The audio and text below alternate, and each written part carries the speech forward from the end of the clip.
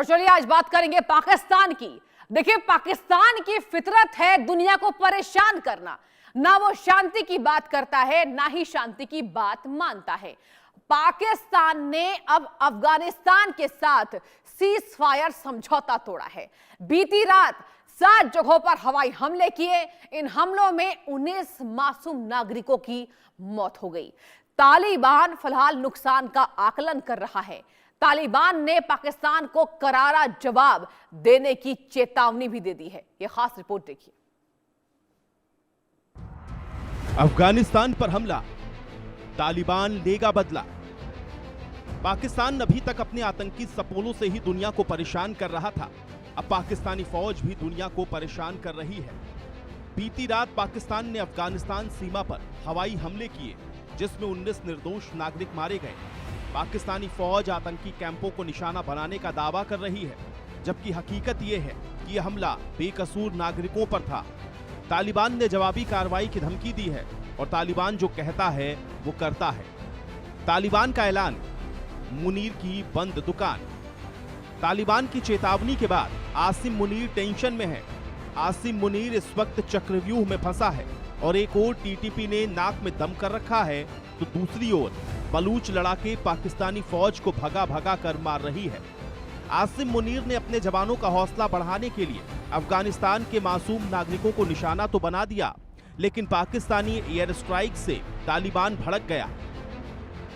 पाकिस्तान ने cease fire समझौते को तोड़ते हुए अफगानिस्तान में 7 जगहों पर आधी रात को हवाई हमले किए। पाक सेना ने घरों और मदरसों को निशाना बनाया। महिलाओं और बच्चों समेत दर्जनों आम लोगों की मौत हुई। तालिबान ने मुनीर को बता दिया, चेता दिया, हम सही समय पर पलटवार करेंगे। हमलों के बाद तालिबान के वरिष्ठ नेताओं ने आपातकालीन परामर्श बैठकें बुलाई। पाकिस्तान पे मौजूदा समझौते का उल्लंघन करने का आरोप लगाया। सऊदी अरब, कतर और तुर्की समेत सभी मध्यस्थों को जानकारी भी दे दी गई, ताकि जब तालिबान पलटवार करे तो पाकिस्तान किसी के सामने गिड़गिड़ाने ना जाए। पाकिस्तान पे पलटवार करते हुए ये हमले पाकिस्तानी इंटेलिजेंस और सुरक्षा नाकामियों के साफ सबूत हैं। तालिबान के रक्षा मंत्रालय ने इन हमलों में अफगानिस्तान की राष्ट्रीय संप्रभुता, अंतर्राष्ट्रीय कानून, पड़ोसी होने के सिद्धांत और इस्लामी मूल्य को साफ उल्लंघन बताया। रक्षा मंत्रालय ने कहा, आम लोगों और धार्मिक केंद्रों पर हमले पाकिस्तानी सेना की इंटेलिजेंस और सुरक्षा नाकामियों का साफ सबूत है। साथ ही कहा कि ये बार बार होने वाले हमले उनकी नाकामियों को कभी नहीं छिपा पाएंगे। अब ये जान लीजिए, आखिर पाकिस्तान ने अफगानिस्तान पर बम क्यों बरसाए। दरअसल एयर स्ट्राइक से कुछ घंटे पहले खैबर पख्तूनख्वा के पन्नू जिले में पाक फौज के काफिले पर आत्मघाती हमला हुआ, जिसमें 2 सैनिक, एक लेफ्टिनेंट कर्नल मारा गया।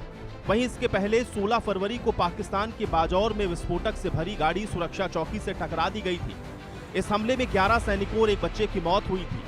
पाकिस्तानी अधिकारियों ने हमलावरों को अफगान नागरिक बताया था। 6 फरवरी को इस्लामाबाद में जुमे की नमाज के दौरान एक शिया मस्जिद में आत्मघाती हमला हुआ था।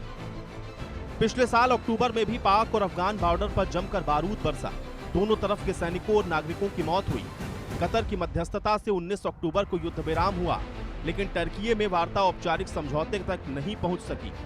पाकिस्तान ने अफगानिस्तान पे हमले का कारण तो बता दिया, लेकिन टीटीपी के हमले की वजह नहीं बताई, क्योंकि टीटीपी को शुरुआती दौर में पालने पोसने वाला पाकिस्तान ही था। जिस संगठन को पाकिस्तान ने खाद पानी दिया, उसी संगठन को अब पाकिस्तान आतंकवादी संगठन बताता है। पाकिस्तान का दावा है कि ये दोनों संगठन उनके देश के खिलाफ काम करते हैं। इतना ही नहीं, उनके देश के अंदर होने वाले आतंकवादी हमलों में भी इन दोनों संगठनों का हाथ होता है। अफगानिस्तान पर एयर स्ट्राइक को पाकिस्तान अब राष्ट्रीय सुरक्षा के लिए मजबूरी बता रहा है। पाकिस्तानी फौज का कहना है कि सिलसिलेवार आत्मघाती हमले ने देश में दहशत का माहौल पैदा कर दिया है। इन हमलों के पीछे इन्हीं संगठनों का हाथ है। टीटीपी के आतंकी अफगान तालिबान की सरपरस्ती में वहां की जमीन के इस्तेमाल हमलों की साजिश रचने के लिए कर रहे हैं। पाकिस्तान आज सिलसिलेवार आत्मघाती हमलों से रो रहा है।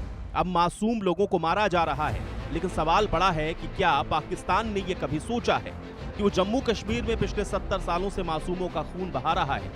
उसे अपनी आतंकी फितरत में कितने मासूमों की जान ले ली है।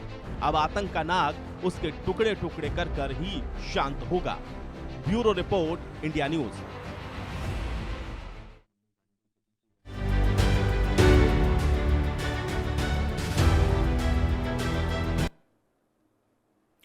तो क्या पाकिस्तान का वजूद धरती से खत्म होने वाला है? क्योंकि जो हालात इस वक्त पाकिस्तान में हैं उसे देखकर हर कोई यही कहेगा कि अब पाकिस्तान खंड खंड होने वाला है। एक तरफ टीटीपी ने पाकिस्तानी फौज के नाक में दम कर रखा है, तो दूसरी ओर बलूचिस्तान लिबरेशन आर पार के मूड में है। अब बीएलए लड़ाके पाकिस्तान फौज पर कहर बनकर टूट रहे हैं।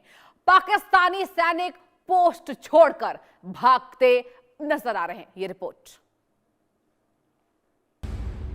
पाकिस्तानी फौजियों का जुलूस, जो पाकिस्तान आतंकवाद के दम पर भारत को परेशान करने की कोशिश करने में लगा रहता था, अब उसी आतंकी नाक का जहर पाकिस्तान को खंड खंड करवा कर रहेगा। पाकिस्तान ने जैसा जहर बोया वैसा ही जहरीला फल मिला। पाकिस्तान ने आतंक की खेती की और यहाँ सिर्फ आतंक की ही फसल लहलहाई। गृह युद्ध में सुलगा पाकिस्तान।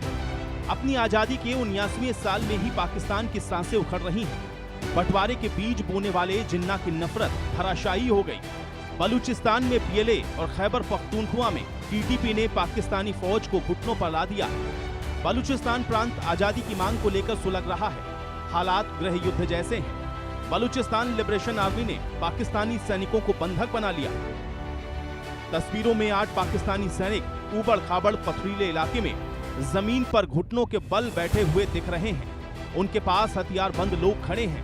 हालांकि पाकिस्तानी फौज का बेशरम मुखिया अपने जवानों के पकड़े जाने के दावे को हवाई बता रहा था, लेकिन जब बीएलए ने सैनिकों को बंधक बनाए जाने का वीडियो जारी किया तो आसिम मुनीर के चेहरे की हवाइयां उड़ गईं। वीडियो में एक सैनिक रोते हुए पाकिस्तानी सेना पर सवाल उठाता है कि आर्मी कैसे कह सकती है कि हम उनके लोग नहीं हैं।